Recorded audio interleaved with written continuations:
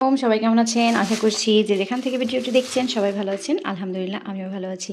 আর আমার চ্যানেলটার নাম হচ্ছে গ্রামীণ জীবনের ব্লগ। সবাই আমার চ্যানেলটার পাশে থাকবেন। যাই হোক, সকাল সকালই হচ্ছে তোমাদের ভাইয়া হচ্ছে একটা মুরগি নিয়ে আসছে। কারণ আজকে হচ্ছে ইফতারিতে মনে করছি একটু বিরিয়ানি রান্না করব। যার কারণে হচ্ছে বলছিলাম যে একটা মুরগি নিয়ে আইসো। তো এই যে বিশাল সাইজের একটা মুরগি নিয়ে আসছে, ড্রেসিং করে আসছে। এখন এটা হচ্ছে বানাইতে হবে, কাটতে হবে। সাথেও যে যা যা লাগবে ওটাও বলছিলাম আনতে। বিরিয়ানি মশলা ছাড়া তো হবে না। আর আমার কাছে শর্টকাট ওয়ে মানে হচ্ছে বিরিয়ানি মশলা। তো বিরিয়ানি মশলা, তারপরে যে পোলার চাল, এগুলো নিয়ে আসছে। সাথে এ দেখো এখানে হচ্ছে দইও নিয়ে আসছে। আমি যেহেতু প্রতিদিনই হচ্ছে লাচ্ছি বানাই, আর লাচ্ছি বানাতে দই অবশ্যই লাগে। তো এই যে দইও নিয়ে আসছে। এটা হচ্ছে আমাদের বাগাট বাজার, মধুখালীতে, মানে ফরিদপুরের মধুখালী বাগাট বাজারের দই। এটা অনেক মজার, মানে এটা সুনাম সব জায়গায় আছে। যাই হোক, খেতে অনেক মজার। আর আমরা যেহেতু সরিষার তেল খাই, এই যে এই মাত্রই হচ্ছে সরিষার তেল ভাঙাই নিয়ে আসছে, একদম গরম, একদমই গরম। আমরা হচ্ছে ভাজা পোড়াটা হচ্ছে সয়াবিন তেল দিয়ে করি। আর এই যে একদম ভাঙানো সরিষা নিয়ে গিয়ে একদম ভাঙাই নিয়ে আসছে দাঁড়ায় থেকে। তো এই যে সরিষার তেলটা আজকে আর রোদে দেবো না, কালকে হচ্ছে তেলটা রোদে দেবো।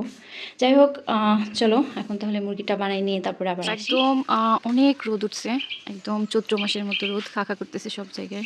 প্রচণ্ড রোদ আজকে, অনেক রোদ উঠছে। এই যে আমাদের তেজপাতা গাছ, এই তেজপাতা গাছটা লাগাইছিলাম আসলে শখ করেই। গাছটা বড় হয়ে গেছে, অনেক পাতা পড়ে, পাতা পড়ে এখন আবার হচ্ছে এই যে দেখছো নতুন পাতা হয়েছে। দেখো পাতা পড়ে, সেই পাতাগুলো কুড়াই কুড়াই নিয়ে আসি। যে অনেক পাতা, এগুলো ধুয়ে হচ্ছে সংরক্ষণ করা যাবে, দেখছো। এই রান্নাঘরে মুরগিটা নিয়ে আসলাম, কারণ এই মুরগিটা ঘর থেকে কাটা যাবে না, ওই জন্য ওই যে এখানে নিয়ে আসলাম। এখন এই মুরগিটা কাটবো। সাথে যে একটা ইলিশ মাছ এখানে ভিজাইছি সেহেরিতে খাওয়ার জন্য। ভাবছি যে ইলিশ মাছটা হচ্ছে মরিচ পেঁয়াজ করে কী বলে হাতে মাখায় হচ্ছে এটা কষাবো। সেহেরির জন্য হচ্ছে এই ইলিশ মাছটা ভিজাই নিচ্ছি। ছুটে গেছে, আমি ভিজাই রাখছিলাম অনেকক্ষণ আগে, অলরেডি ছুটে গেছে। এখন হচ্ছে কেটে লবণ হলুদ মাখায় রাখবো। আমি কিন্তু রান্নার কিছুক্ষণ আগে হচ্ছে সব কিছুতেই একটু লবণ হলুদ মাখায় রাখার চেষ্টা করি, যাতে সব কিছুর ভিতরে হচ্ছে লবণ হলুদটা ঠিক করে আর কি ঢোকে। তো এইটাও হচ্ছে এখন আঁচটা সরাই নেব। আসলে ইলিশ মাছ যখন অনেকগুলো নিয়ে আসে তখন আঁশ ছড়াই রাখি মাঝে মাঝে, আবার মাঝে মাঝে রাখি না। তো এটা যেহেতু ইলিশ মাছের আঁশটা ছড়ানো নাই, এটা তো ছড়াইতে হবে। আর আমি না সবসময় কী করি জানো, এভাবে এই যে পানির মধ্যে দিয়ে তারপরে হচ্ছে আঁশটা হচ্ছে ছড়াই। আমি যেহেতু এক হাতে ভিডিও করতেছি, আমি ওই জন্য আমার একটু প্রবলেম হচ্ছে ভিডিও করতে। যাই হোক, আমি হচ্ছে যে এইভাবে করে পানির মধ্যে থেকে আঁশটা ছড়াই, যাতে পানির মধ্যেই আঁশটা পড়ে, তারপরে হচ্ছে পানি ধরে বাইরে ফেলে দিয়ে আসি। কারণ না হলে এদিক দিয়ে একদম ছিটে মিটে হচ্ছে এই যে পানির যাওয়ার রাস্তা বন্ধ হয়ে যায়, আবার সেগুলো উঠাইতে হয়। আমি হচ্ছে এই ফর্মুলাতেই আঁশটা পরিষ্কার করি, বুঝছো। যাই হোক, কাটাকাটি কমপ্লিট করে আবার আসছি মুরগিটা বানাইতে। আর আমার বাসায় কিন্তু এই যে এই জিনিসটা নিয়ে সবসময় টানাটানি হয়, মানে আমার শাশুড়ি পছন্দ করে, আমি পছন্দ করি। তো সে একটা খাবে, আমি একটা খাবো। আর আমার আরেকটা জিনিসও খুব ভালো লাগে, যেটা হচ্ছে এই যে পাকনা। এই মাংসটা এত পরিমাণ তেল তেলে হয় যে এটা আমার কাছে অনেক বেশি মজা লাগে খেতে। যাই হোক, আজকে ইফতারিতে যেহেতু পোলট্রি দিয়ে খিচুড়ি তো না, সরি, বিরিয়ানি রান্না করবো। তো তার জন্য হচ্ছে একটু তাড়াতাড়ি করে কাটতেছি, কারণ এটা আবার ম্যারিনেট করে রাখতে হবে, যেহেতু ইফতারিতে সবাই বিরিয়ানি খাবে। যাই হোক, আমি হচ্ছে মাংসগুলো কেটে নিচ্ছি, আর এই যে কাকি হচ্ছে মাংসগুলো ধুচ্ছে। এখন রান্না করতে হবে। চলে আসছি। আমি হচ্ছে আজকে ইলিশ মাছ রান্না করব। তো এখানে হচ্ছে ইলিশ মাছটা কেটে লবণ হলুদ মাখাই নিছি, আর রাত্রেও একটু ইলিশ মাছ রান্না করেছিলাম, সেটাও তরকারি আছে, এটাও দিয়ে দেবো তরকারির মধ্যে। আর আমি হচ্ছে লাউ দিয়ে রান্না করব। আসলে রোজা রমজানের দিন সব কিছুই হচ্ছে ভারী ভারী খাবার খাওয়া হচ্ছে, একটু পাতলা তরকারি রান্না করার চেষ্টা করব, ওই জন্য হচ্ছে লাউটা দেবো। আর লাউটা আমার অনেক পছন্দের। আর এখানে একটু উস্তাও ছিল, তো সেটাই হচ্ছে এই যে কেটে তারপর লবণ দিয়ে চটকাই নিছি, যাতে তিতাটা কম লাগে। তো আমি হচ্ছে সবসময় উস্তাতে একটু পেঁয়াজ বেশি দেওয়ার চেষ্টা করি। এই যে এই সবটুকু কিন্তু আমি উস্তো ভাজির ভিতরে দিয়ে দেবো। তো যাই হোক, চলো রান্না শুরু করি। আমি হচ্ছে রান্না শুরু করে দিচ্ছি গাইস। এখন হলো আমি যেহেতু এই যে সরিষার তেল খাই, সরিষার তেল ভাঙাই নিয়ে আসছে। তো সরিষার তেল দিয়ে হচ্ছে একটু গরম যখন হয়েছে তেলটা, তখন হচ্ছে পর্যায়ে পেঁয়াজ বাটা আর জিরা বাটা দিয়ে দিয়েছি। এখন হচ্ছে লবণ, তারপরে হচ্ছে ধনিয়ার গুঁড়ো, তারপর হলুদ, এগুলো দিয়ে হচ্ছে আমি মশলাটা একটু কষায় নেব, যাতে হচ্ছে পেঁয়াজের কাঁচা কাঁচা ভাবটা না থাকে, ততক্ষণ পর্যন্ত কষাবো। আমার মশলাটা কষানো হয়ে গেছে, দেখতেই পাচ্ছ। মশলাটা আমি বেশ একটু অনেকক্ষণ ধরেই কষায় নিচ্ছি, যাতে কাঁচা কাঁচা ভাবটা না থাকে। এখন হচ্ছে আমার কেটে রাখা সবজিগুলো দিয়ে দেবো, লাউ আর আলু।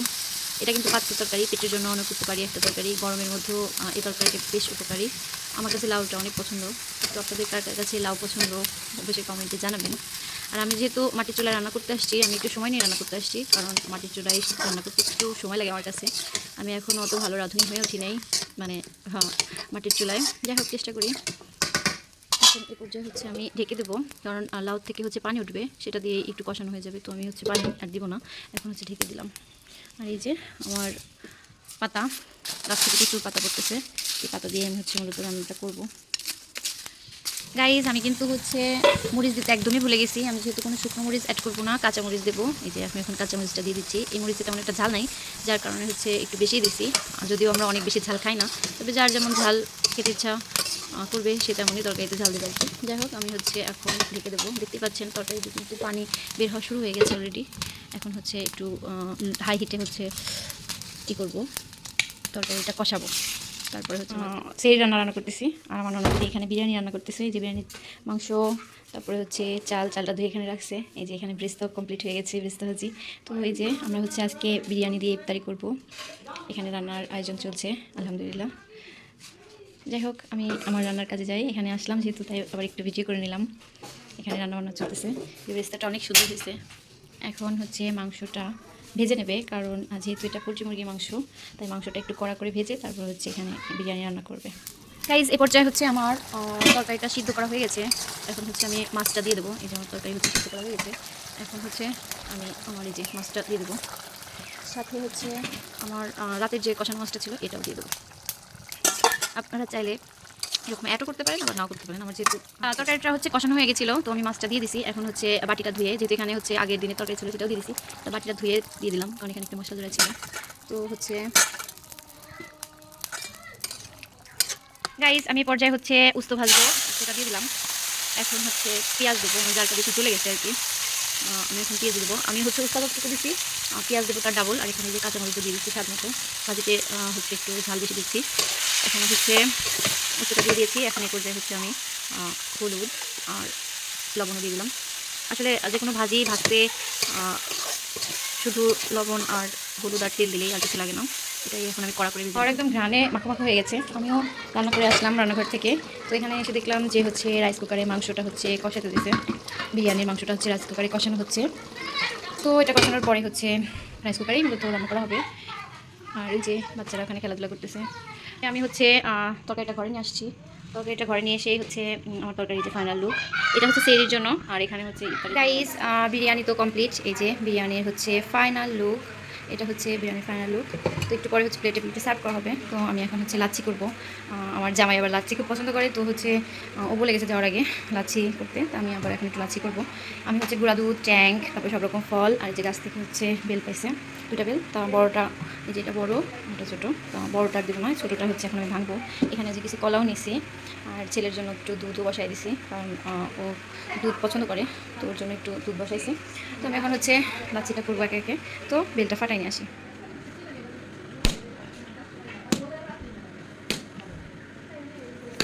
ফাটাও তো, আমার বেল ফাটানো হয়ে গেছে।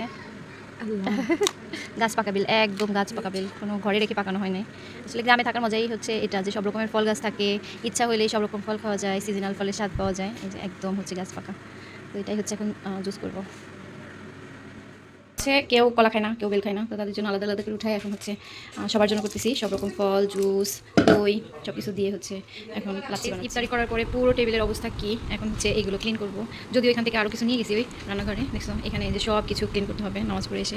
ওই টেবিলেও এই দেখো, এখানেও হচ্ছে কিছু হয়েছে, ইফতারি করছে ড্রাইভার হুজুর, তো এখানেও আছে, এগুলোও নিতে হবে, দেখতেই পাচ্ছ।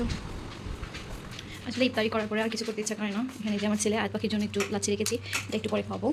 যাই হোক আমি এখন সব কিছু এই দেখো আমার সিঙ্কের থালা বাসনের অবস্থা। যদিও ইফতারি করার পরে আমার এগুলো একটু ধুতে ইচ্ছা করতেছে না, কিন্তু কিছু করার নাই। আসলে মেয়েদের জীবন এটাই, আর বাস্তবতাও এটাই। আসলে ইফতারি করার পরে যে একটু শুয়ে থাকবো তার উপায় নাই। এখন হচ্ছে এগুলো ক্লিন করব, তারপরে যে বাটা মশলাগুলো ফ্রিজে রাখবো। তারপর হচ্ছে আব্বু তোমাদের ভাইয়াদের জন্য হচ্ছে চা পানি চুলাই দিছি, তাদের জন্য লাল চা করবো। তো আর অনেক কাজ আছে, আসলে মেয়েদের জীবন এটাই। যাই হোক আমি এখন এগুলো ক্লিন করি। থালা বাসন ধোয়া শেষ। দেখো এই দেখো গ্লাসের অবস্থায় এই, মানে আমি আরও ধুয়ে ধুয়ে রেখে আসছি।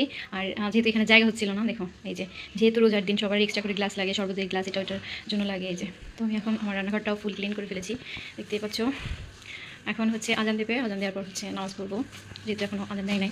এই সমস্ত টেবিলও ক্লিন করে ফেলেছি, ওই টেবিলও ক্লিন করে ফেলেছি। এখন হচ্ছে বাচ্চাদেরকে একটু পড়তে বসাবো। যাই হোক, এর মধ্যে তোমাদের ভাই আবার একটু ডাবের পানিও নিয়ে আসলো, একদম ফ্রেশ লাগতেছিল পানিটা খেয়ে। তো আমি আর আমার মেয়ে খাচ্ছিলাম। যদিও আজকে ভিডিওটা একটু বড় হয়ে গেল, তো সবাই একটু ভিডিওটা দেখে সুন্দর গঠনমূলক কমেন্ট করে যেও, আর ভালো লাগলে আমার চ্যানেলের সাথেই থেকো। আল্লাহ হাফেজ।